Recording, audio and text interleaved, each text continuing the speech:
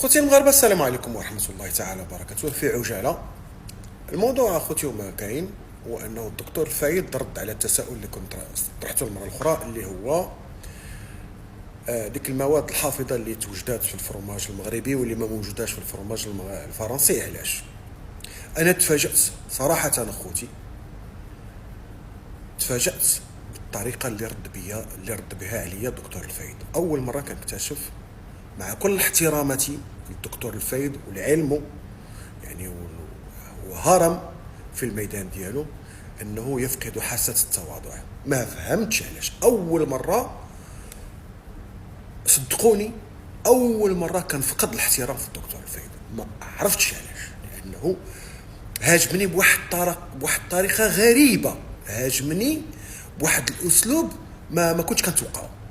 قال عليا بانني انا ولو انني بحسن النيه نشرت ديك لا فيديو خطأت، ممكن ما نقولش لا، ولكن انني تسببت في واحد الفوضى عارمه، وان المراه مع الجاره مع جارتها تقول لها ما تشريش الفرماج بواحد الاسلوب بواحد الطريقه.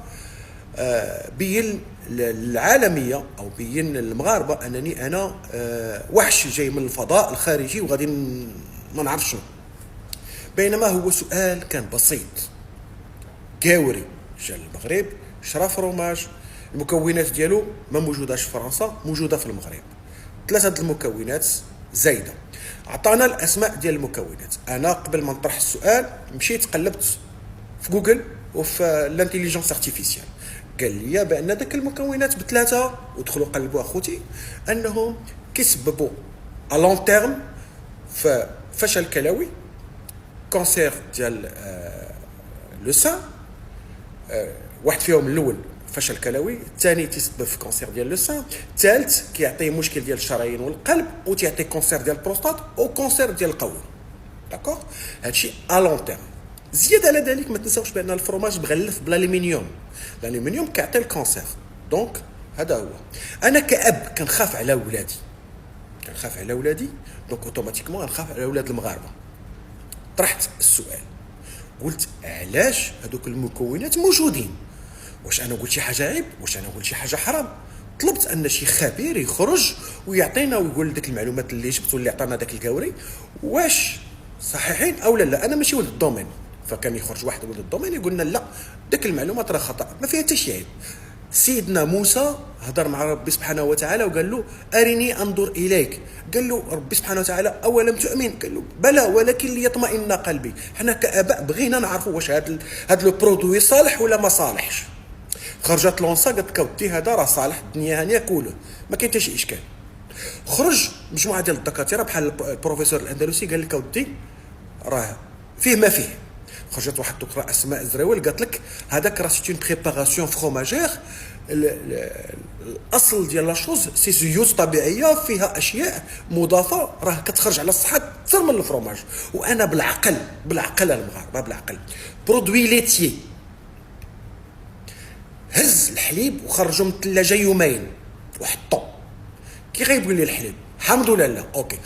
هز الفروماج الاصلي بحال الموتزاريلا وبحال الروشفور وداك الشيء الاخر وحيدوا من الثلاجه وحطوا في خارج الثلاجه يومين. غيصوف ولا لا؟ غيصوف. اوكي.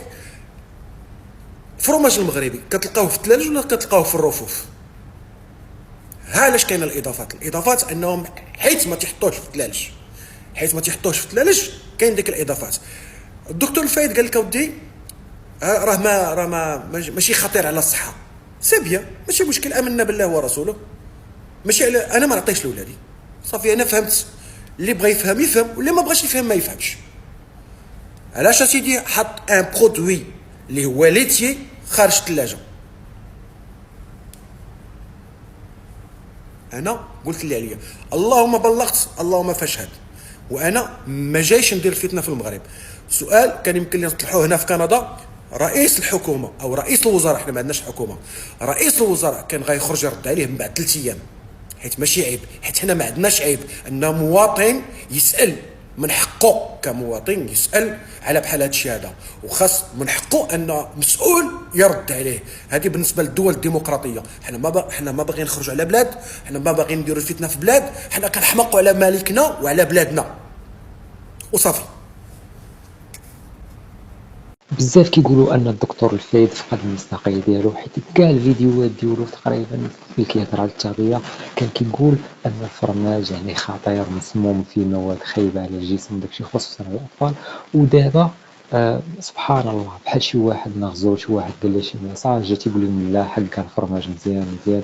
من نايض دابا حاليا ترجع على الفرماج، يعني من داكشي اللي كيتصنع منه انه غير صحي وبزاف ديال الحوايج.